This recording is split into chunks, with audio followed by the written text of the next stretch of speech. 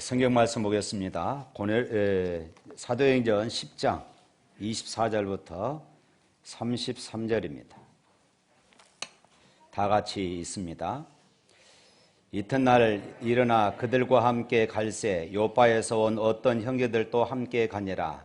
이튿날 가이사랴에 들어가니 고넬료가 그의 친척과 가까운 친구들을 모아 기다리더니 마침 베드로가 들어올 때에 고넬료가 맞아 발 앞에 엎드려 절하니 베드로가 일으켜 이르되 일어서라 나도 사람이라 하고 더불어 말하며 들어가 여러 사람이 모인 것을 보고 이르되 유대인으로서 이방인과 교제하며 가까이 하는 것이 이 법인 줄 너희도 알거니와 하나님께서 내게 지시하사 아무도 속되다 하거나 깨끗하지 않다 하지 말라 하시기로 부름을 사양하지 아니하고 왔노니 묻노니 무슨 일로 나를 불렀느냐. 고넬료가 이르되 내가 나흘 전 이맘때까지 내 집에서 제 구시 기도를 하는데 갑자기 한 사람이 빛난 옷을 입고 내 앞에 서서 말하되 고넬료야 하나님이 내 기도를 들으시고 내 구제를 기억하셨으니 사람을 요빠에 보내어 베드로라 하는 시몬을 청하라. 그가 바닷가 무두장이 시몬의 집에 유숙하느니라 하시기로 내가 곧 당신에게 사람을 보내었는데 오셨으니 잘하였나이다. 이제 우리는 주께서 당신에게 명하신 모든 것을 듣고자 하여 다 하나님 앞에 있나이다. 베드로가 입을 열어 말하되 내가 참으로 하나님은 사람의 예모를 보지 아니하시고. 자, 여기까지입니다. 참 옳은 좋은 달입니다. 그러나 설교하는 목회자에게는 오울이 힘든 달이기도 합니다. 왜냐하면 어린이날을 생각하며 어린이들에 맞추어서 설교를 하게 되어지면 자녀가 없는 가정에 아픔을 주기 때문입니다. 또 어버이날에 맞추어서 설교를 하게 되면 안타까운 눈물을 흘리신 분들도 계십니다. 또 부부의 날에 맞추면 이런저런 아픔을 가진 그런 가정들이 많이 있기 때문에 그렇습니다. 오늘 본문은 이 고넬료 가정에 관한 그런 말씀입니다. 마치 올 가정의 달인데 하나님께서 이 고넬료 가정, 사도행전 1장부터 우리가 순서대로 해오고 있는데 이 고넬료 가정의 이 말씀이 어쩌면 이 가정의 달을 맞이하면서 우리에게 주시는 하나님의 메시지다. 저는 분명히 그런 확신을 합니다. 사도행전 10장에는 고넬료와 베드로의 만남이 기록되어 있습니다. 성경에 고넬료를 이렇게 소개를 하고 있지요. 사도행전 10장 1절 말씀에 보면 이렇습니다. 가이사랴에 고넬료라 하는 사람이 있으니 이달리아 부대라 하는 군대의 백부장이라. 이때 당시는 로마가 이스라엘을 지배하고 있던 그런 시절이지요. 이럴 때에 가이사랴 지방에는 로마의 군대가 주둔하고 있었습니다. 그런데 고넬료는 이 가이사랴에 주둔하고 있는 순수하게 로마 사람으로만 구성된 최정예 부대의 백부장이었던 것입니다. 우리나라 과거에 일본의 지배 아래 지배를 받고 있을 때에 일본 순사 한 사람의 위세가 얼마나 무섭고 당당했었습니까? 그래서 제가 어렸을 때만 해도 부모님들이 뭐라고 한 줄 아십니까? 야, 일본 순사가 와서 잡아간다?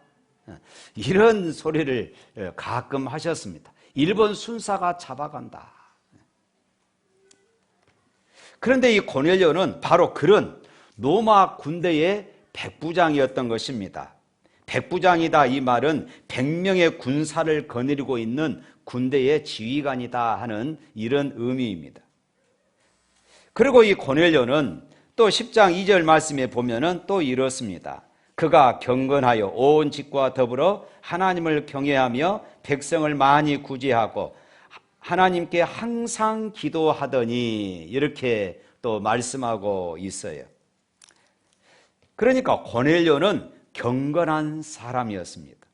지금 로마의 군대 장군으로서 어찌 보면은 사생활이 문란할 수도 있고 교만할 수도 있었는데 그는 경건한 사람이었다고 오늘 본문은 그렇게 소개하고 있습니다. 그리고 온 집으로 더불어 하나님을 경외했습니다. 로마의 지휘관으로서 자기 나라의 종교도 아닌 유대인들이 섬기는 하나님을 경외한다는 것은 이건 참 어리석은 일입니다. 어찌 보면요. 그러니까 쉬운 일이 아니다는 것입니다. 자기네 군인들의 수레바퀴 아래 짓밟힌 이스라엘 민족의 종교를 신봉한다는 것은 매우 힘든 일인 것이지요. 더군다나 이때 당시에는 로마 황제는 살아있는 신으로 추앙받는 그런 시절이 아닙니까? 얼마나 많은 사람들이 로마 황제 숭배하는 것을 거부하다가 순교를 당했습니까? 그런 그리스도인들이 많이 있었습니다. 로마 군대의 지휘관으로서 로마 황제의 이외의 신을 믿는다는 것은 이것은 로마 황제에 대한 반역으로 여겨질 뿐만 아니라 자신의 죽음, 그리고 자기 가정, 자기 가족들의 죽음까지 생명조차도 보장받을 수 없는 이런 아주 위험한 그런 상황이 되기도 하는 것입니다. 그럼에도 불구하고 고넬료는 자기뿐만 아니라 온 집으로 더불어 이렇게 말하고 있어요. 온 집으로 더불어 하나님을 경외했다. 이렇게 지금 말씀하고 있어요. 그뿐입니까? 또 말하죠. 그는 구제와 기도하는 사람이었다. 이렇게 말하고 있죠. 백성을 많이 구제하고 하나님께 항상 기도하더니 이것을 보면은 그는 신앙을 실천하는 그런 사람이었음을 알 수가 있습니다. 그가 항상 기도했다 이 말씀은 그가 시간을 정해놓고 유대인들은 하루에 3번씩 9시와 12시와 그리고 3시에 그렇게 하루에 3번씩 시간을 정해놓고 기도하는 습관이 있었습니다. 그 유대인들의 본을 받아서 이 사람도 그렇게 하루에 3번씩 시간을 정해놓고 하나님 앞에 기도했던 것입니다. 그래서 하나님은 고넬료를 축복하고 싶었습니다. 그래서 천사를 보내서 고넬료에게 이렇게 말씀하십니다. 4절 말씀입니다.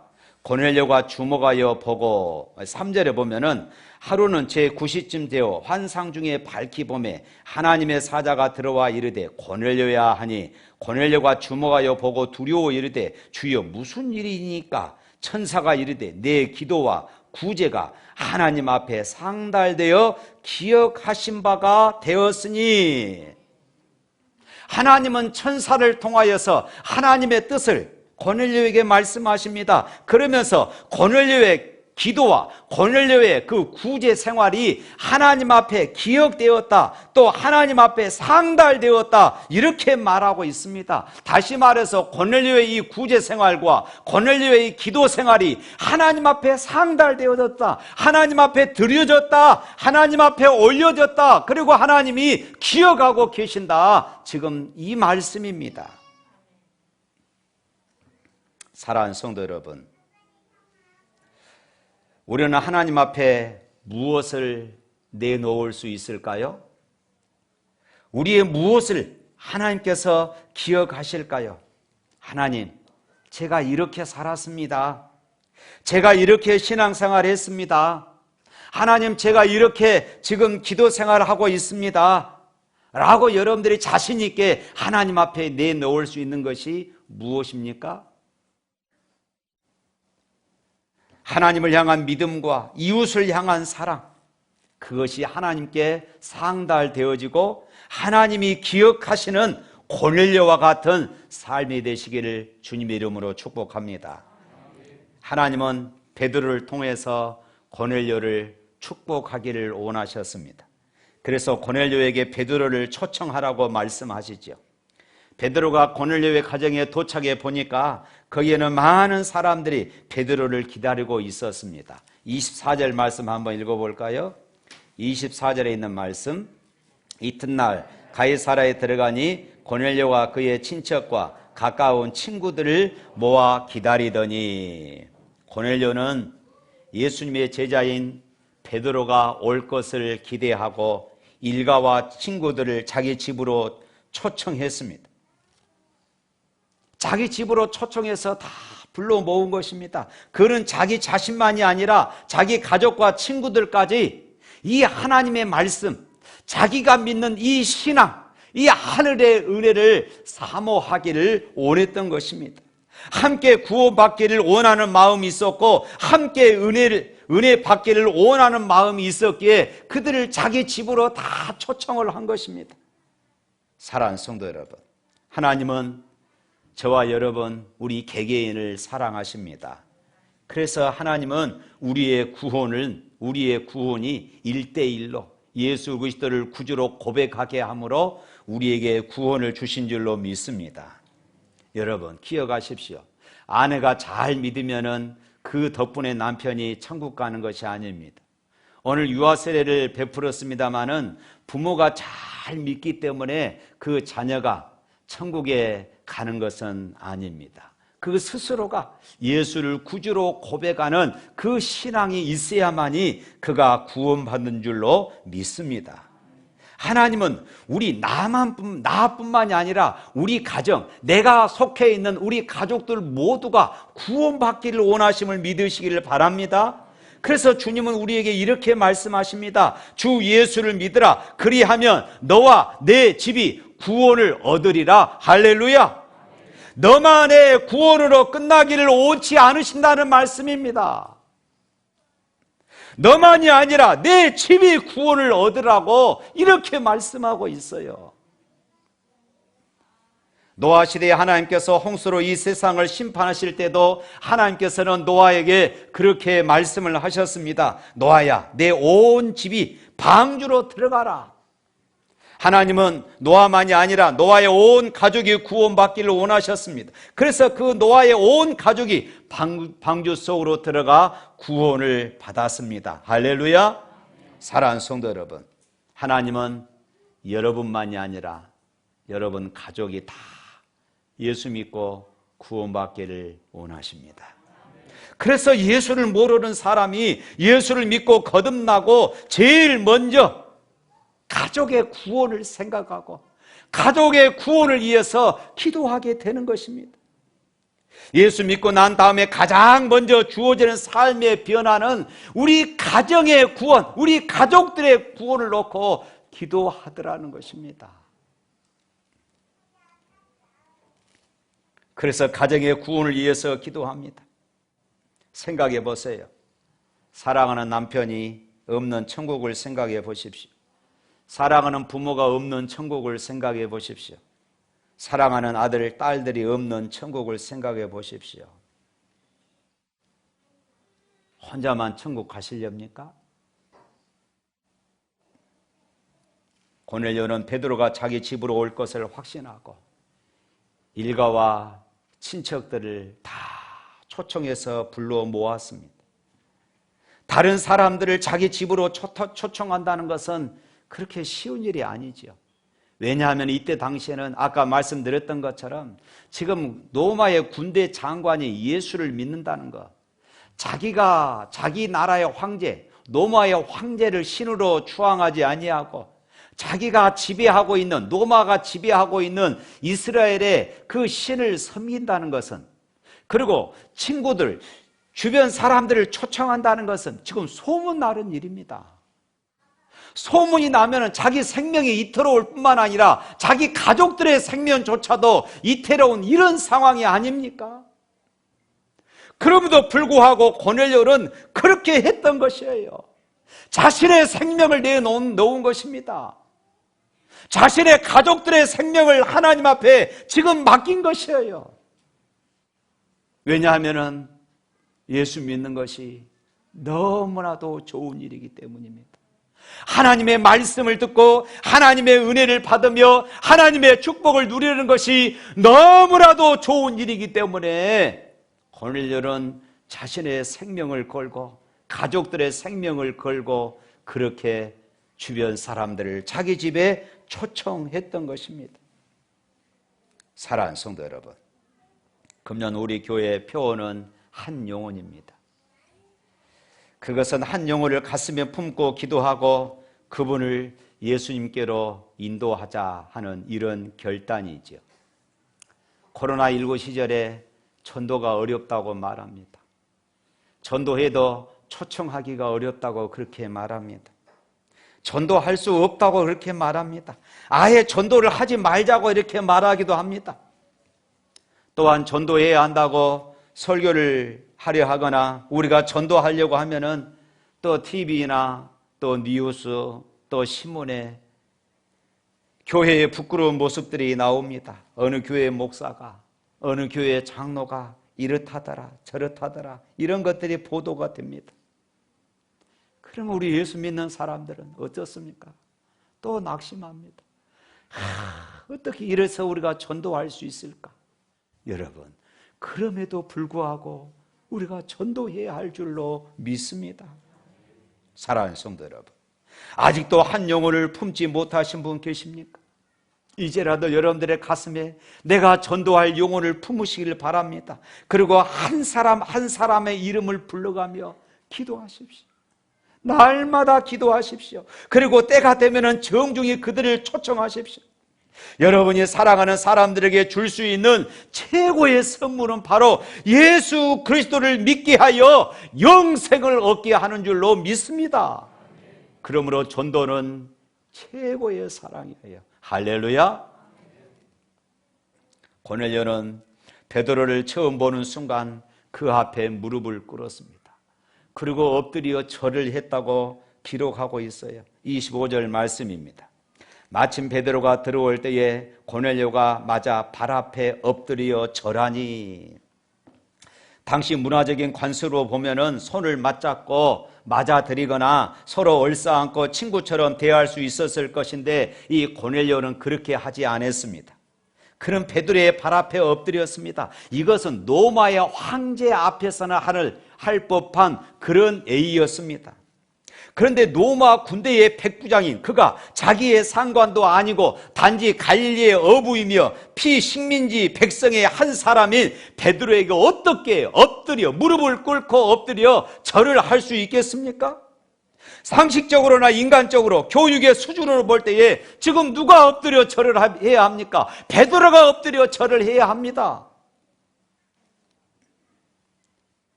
그러면 왜 고넬료는 베드로 앞에서 무릎을 꿇고 절을 했을까요? 그것은 고넬료가 베드로를 하나님이 보내신 사람으로 믿었기 때문인 것입니다. 33절 말씀 한번 읽어볼까요? 33절에 있는 말씀, 내가 곧 당신에게 사람을 보내었는데 오셨으니 잘하였나이다. 이제는 우리를 주께서 당신에게 명하신 모든 것을 듣고자 하여 다 하나님 앞에 있나이다. 고넬료가 지금 뭐라고 말합니까? 우리는 지금 당신의 말을 듣기 위하여 여기에 이 자리에 있다고 말하고 있지 않습니다.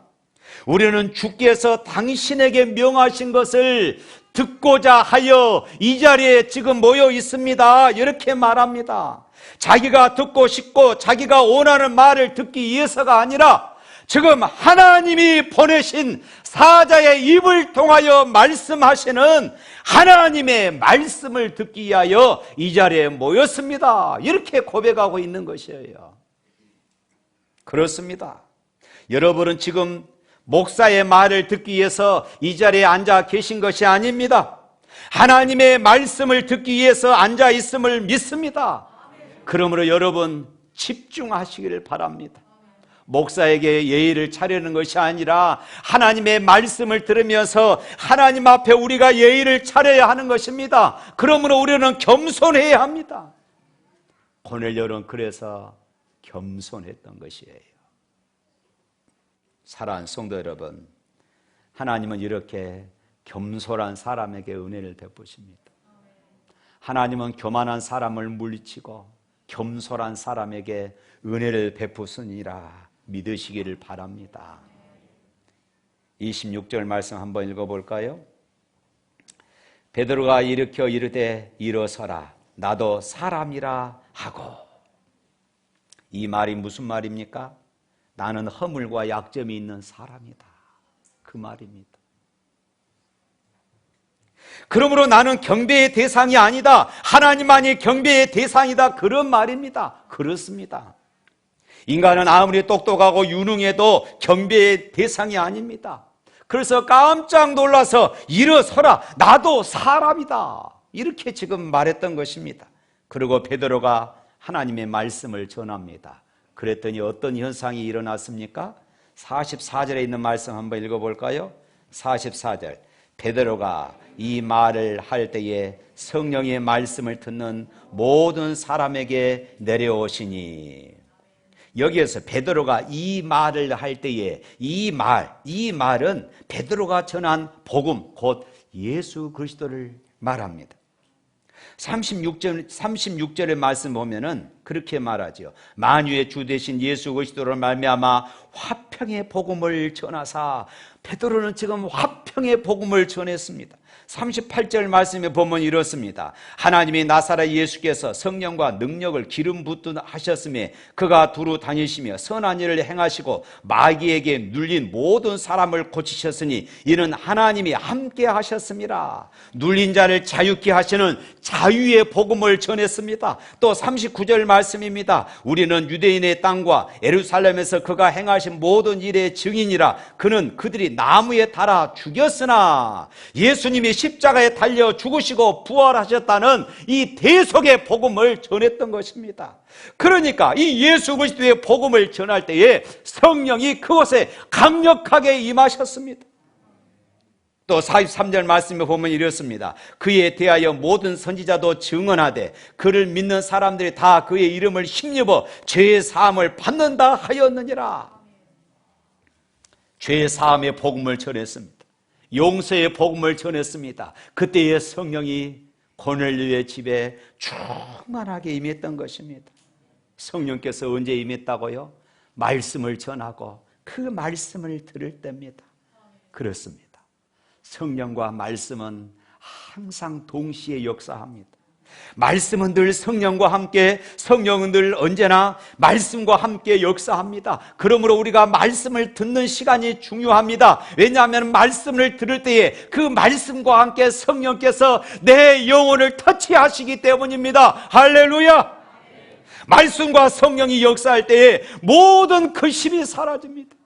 말씀을 통하여 성령이 역사할 때 질병이 치유되고 우울증이 치유될 줄로 믿으시기를 축원합니다. 사랑하는 성도 여러분, 말씀을 듣는 샘물 가족 여러분들을 위해 이런 은혜가 일어나기를 축복합니다.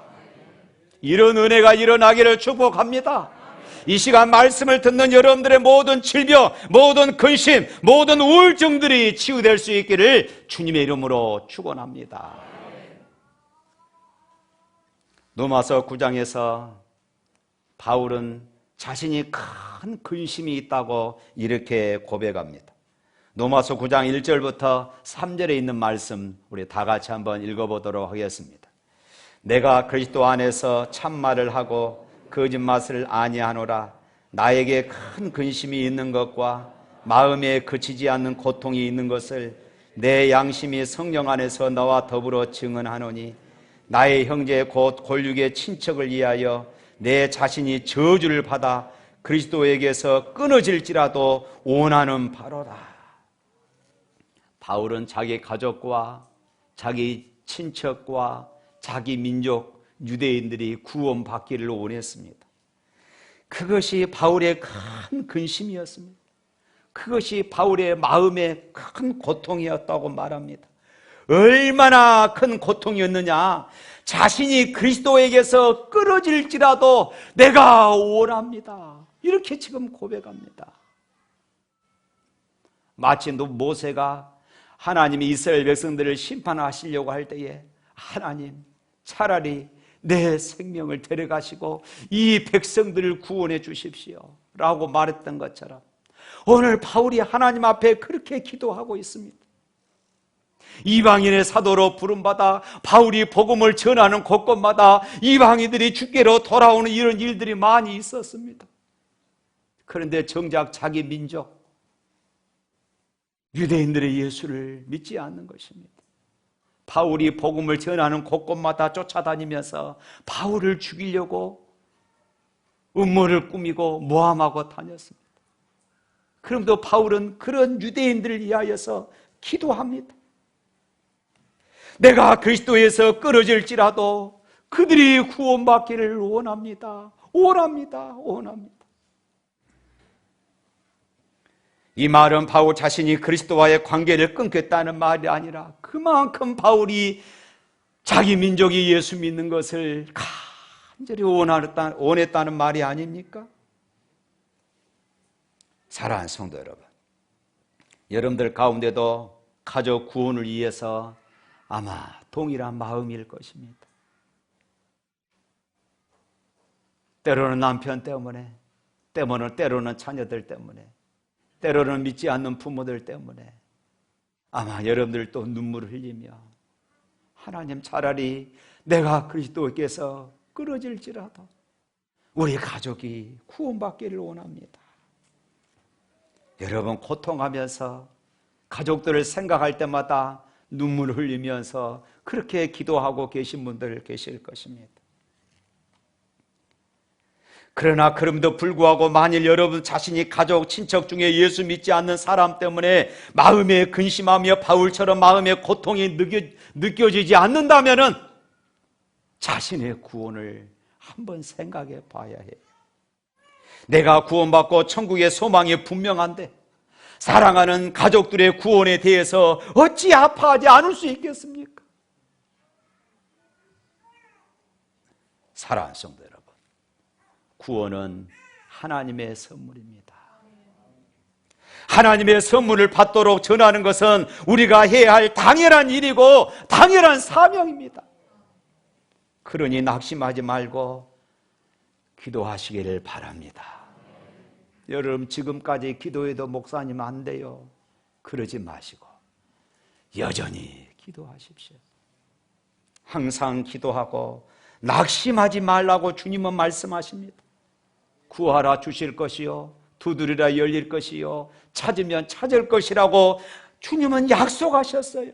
그러니 우리는 포기하지 말아야 합니다. 여러분, 지금 누구의 영혼의 구원을 위해서 기도하고 계십니까? 여러분들의 아버지, 어머니, 남편, 자식, 친척 등 누가 되었든지 여러분 포기하지 마십시오. 눈물로 기도하십시오. 그러면 고넬료처럼 언젠가 그 기도가 하나님 앞에 상달되어지고 하나님이 기억하신 바 되어져서 여러분의 온 가족들이 하나님 앞에 나오게 될 날이 있을 줄로 믿습니다. 시편 126편 5절 6절 말씀에 이런 말씀이 있습니다. 우리 다 같이 한번 또 읽어보도록 하겠습니다. 눈물을 흘리며 씨를 뿌리는 자는 기쁨으로 거두리로다. 울며 씨를 뿌리러 나오는 자는 반드시 기쁨으로 그 곡식단을 가지고 돌아오리로다. 할렐루야. 여러분, 가족 구원을 위해서 다 눈물 흘리십시오. 여러분들의 부모, 여러분들의 남편, 여러분들의 자녀들을 위해서, 여러분들의 이웃들을 위해서 다 눈물 흘리십시오. 울며 눈물을 흘리며 씨를 뿌리는 자는 기쁨으로 거두리로다. 울며 씨를 뿌리러 나가는 자는 반드시 기쁨으로 그 곡식단을 가지고 돌아오리라. 눈물로 복음의 씨앗을 뿌리시기를 바랍니다. 언젠가 기쁨으로 거두게 하실 것입니다. 그 기쁨의 주인공이 여러분 모두가 되시기를 주님의 이름으로 축복합니다.